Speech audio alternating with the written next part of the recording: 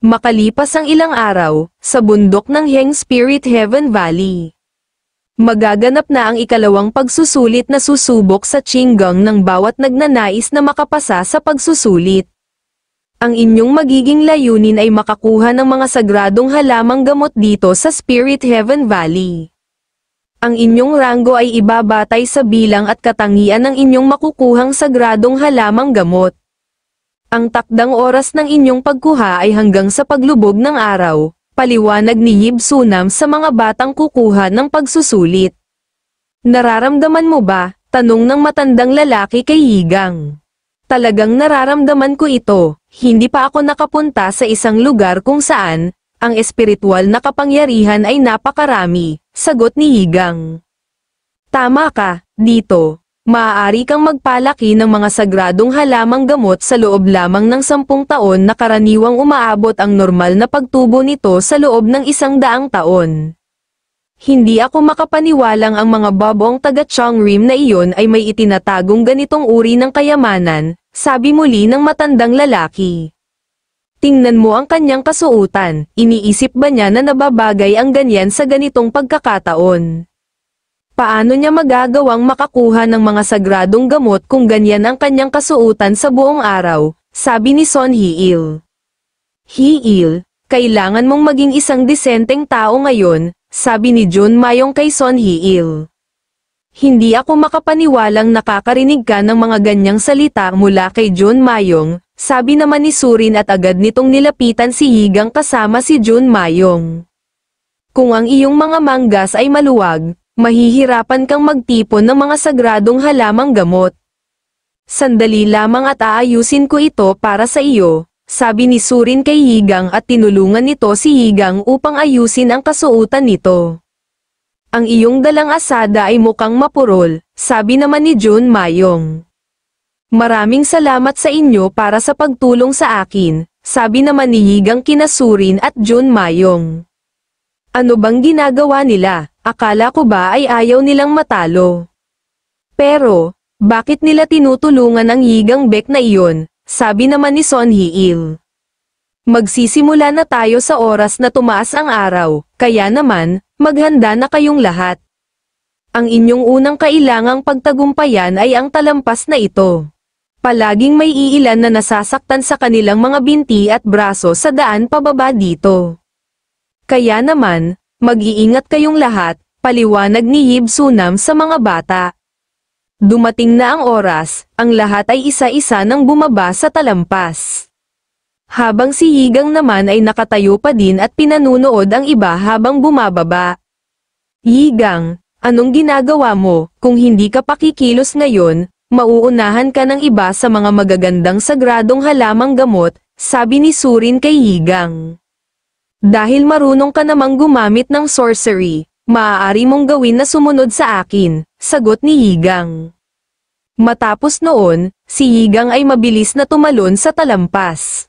Ang ginawang ito ni Yigang ay sobrang ikinagulat ng ibang kumukuha ng pagsusulit. Floating magic ba ang kanyang ginawa, o kaya naman, pinagaan lamang niya ang kanyang buong katawan? Gulat na sabi ni Surin. Biglang naisip ni Surin ang sinabi sa kanya ni Yigang na dahil sa siya ay marunong gumamit ng sorcery, maaari siyang sumunod dito. Ayon pa kay Surin, dahil sa ginawa ni Yigang, maaari nitong makuha ang lahat ng magagandang sagradong halamang gamot. Kaya naman, naisip nga ni Surin na gamitin ang sorcery upang sumunod kay Yigang upang hindi siya maunahan nito. Gayahin ang pamamaraang ginawa ni Yigang, sabi ni Surin at agad din itong nakababa ng mabilis sa talampas. Surin, sandali, huwag mo kaming iwan dito, hintayin mo kami, sabi ni Jun Mayong. Bilisan na din natin, sabi naman ni Son Hee-il, makalipas ang ilang minuto. Matapos magsibaba ng mga bata, si Yib Sunam ay naiwan mag-isa sa ibabaw ng talampas. Ipinadala kita dito bilang inspector, pero, anong ginagawa mo? Umiidlip ka lang, sabi ni Doyong na biglang dumating. Pasensya na po master, ano pong ginagawa ninyo dito ng ganitong kaaga? Tanong ni Yib Sunam kay Doyong. May maganda kasi akong nararamdaman, karaniwan, ang Spirit Heaven Valley ay hindi binubuksan para sa iba maliban na lamang sa First Flower Promotion Test. Pero, dahil kailangan ko ng espesimen ng Great Ghost Soul Herb, nagdesisyon ako na magpunta dito. Nagiging mas matindi ang espiritual na kapangyarihan ng Spirit Heaven Valley. 60 taon na mula nang namulaklak ang tatlong elemento ng Holy Flower. Sa aking palagay, ito na ang oras upang mamulaklak ulit ito, paliwanag ni Duyong. Kung ganoon, tayo po ang dapat na maghanap ng mga ito at hindi ang mga bata, sabi muli ni Yib Sunam. Hindi mo ba alam ang tungkol sa tradisyon, ang mga bata lamang ang maaaring mangolekta ng mga sagradong halamang gamot sa Spirit Heaven Valley. Hindi ko pa nakita ang tatlong elemento ng Holy Flower. Kaya naman, may hinala ako na mangyayari na iyon ngayon, sabi muli ni Duyong. Sa ilang sandali pa, mayroong liwanag na animoy kidlat ang biglang lumitaw sa di kalayuan sa ibaba ng talampas. Master, nakita po ba ninyo ang liwanag na iyon? Gulat na tanong ni Yib Sunam kay Duyong. Oo, nakita ko, sagot ni Duyong at ito ay sobrang gulat na gulat din. Sa tingin mo ba, ang liwanag na iyon ay may kinalaman sa pamumukadkad ng tatlong elemento ng Holy Flower? Tanong muli ni Yib Sunam. Siguro, sagot ni Duyong, ng mga sandali ding iyon. Swerte, nakakita ako ng Spirit Water, sapat na itong nakuha ko para ako ay mapunta sa unang ranggo, sabi ni Son Hee-il. Pero, naisip ni Son Hee-il na upang siya ay maging pinuno ng mga alagad, kinakailangan pa niyang makakuha ng mga pambihirang sagradong halamang gamot. Ang makapal na hamog ay sobrang makatutulong sa kanya upang magawa ito. Ngunit, biglang may narinig na isang napakalakas na sigaw si Son Hee-il na nagmula sa di kalayuan. Matapos ang sigaw, nakarinig muli si Son Hee-il ng tunog na nagmumula naman sa isang taong nanghihina. Kaya naman, nagdesisyon siyang puntahan ito, matapos marating ang kinaroroonan ng narinig na tunog. Nadatnan ni Son Hee-il si Yang Won na nakalagpak sa lupa at walang malay. Yang Won, gumising ka, anong nangyari sa iyo? Sinong may kagagawan nito? Sabi ni Son Hee-il. Bigla namang dumating si Jun Mayong, anong nangyari? Nakarinig ako ng malakas na sigaw, sabi ni Jun Mayong.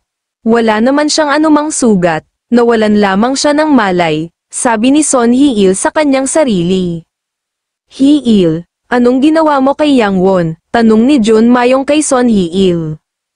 Wala na siyang malay nang dumating ako dito, sino kaya ang may kagagawan nito? Sagot ni Son Hee-il. Habang papunta ako dito, nakita ko din si Suchan na walang malay, sabi muli ni Jun Mayong. Anong nangyari? Hindi lamang iisang tao ang nagkaganito. Sino ang may kagagawan nito? Mayroon sigurong umatake sa kanila para agawin ang nakuha nilang sagradong halamang gamot, gulat na sabi muli ni Son Hee-il. Hindi naman siguro, mukha namang walang kakaibang nangyari sa kanila. Nawalan lamang siguro sila ng malay, kung totoo man iyang mga sinasabi mo. Sana ay nawala na ang mga laman ng sisidlan na dala-dala ni Yang Won. Ang tanging sigurado lamang tayo ay may isang tao na ang nais gawin ay ang puntiryahin ang mga alagad ng ikatlong henerasyon, sabi muli ni Jun Mayong. Sa ilang sandali pa, may narinig muling isang malakas na sigaw sina Jun Mayong at Son Hee-il at agad nila itong pinuntahan. Jun Mayong, mayroon na naman dito, sabi ni Son Hee-il kay Jun Mayong. Ngunit, paglingon ni Son Hee-il kay Jun Mayong, natomba si Jun Mayong at nawalan na din ng malay. Sandali, Jun Mayong, anong nangyari sa iyo? Gumising ka, sabi ni Son Hee-il at agad na nilapitan nito si Jun Mayong. Ayon kay Son Hee-il, paanong naatake ng ganoon kadali si Jun Mayong? Ang galing kasi nito sa martial arts ay pinakamataas sa lahat ng alagad na nasa ikatlong henerasyon. Biglang may narinig na yabang si Son Hee-il, at ang yabag na ito ay nagmula sa likod ng isang puno. Paglingon nito sa pinanggalingan ng yabag, nakita nito si Yigang. Ikaw ba ang may kagagawan nito? Tanong ni Son Hee-il kay Yigang. Kanina, bago pa man ang kasalukuyan, ngayon na nakakain na ako ng maayos, magagawa ko ng maghanap ng sagradong halamang gamot upang makakuha ng maraming puntos, sabi ni Yigang sa matandang lalaki. Tama ka, isang kahihiyan kung hindi ka makakahanap ng Ghost Soul Herb, sagot ng matandang lalaki. Tingnan mo iyon, medyo malakas ang espiritual na kapangyarihan ang nagmumula sa bandang iyon, sabi muli ni Yigang. Matalas ang iyong mga mata, tiyak na may isang bagay doon, pagkatapos mong makita kung paano nag-uumapaw ang espiritual na kapangyarihan sa lugar na iyon, sabi naman ng matandang lalaki. Pagdating ni Yigang at ng matandang lalaki sa lugar, may nadatnan silang isang batang lalaki na naroon. Sa ilang sandali pa, mayroong isang hayop na biglang umatake sa batang lalaki. Ang batang lalaki ay animoy kinuryente at pagkatapos, ang batang lalaking ito ay nawalan din ng malay. Matapos mapansin ng hayop si Yigang ay bigla itong umalis. Ang hayop na iyon ay isang kulay asul na lobo. Susundan ba natin ang hayop na iyon? Tanong ni Yigang sa matandang lalaki. Ang hayop na iyon ay mukhang isang spirit animal, bilisan mo. Sundan natin iyon, sabi naman ng matandang lalaki at agad nga nila itong sinundan. Balik sa kasalukuyan, Yigang Bek, ikaw ba ang may kagagawan nito? Tanong ni Son Hee-il kay Yigang.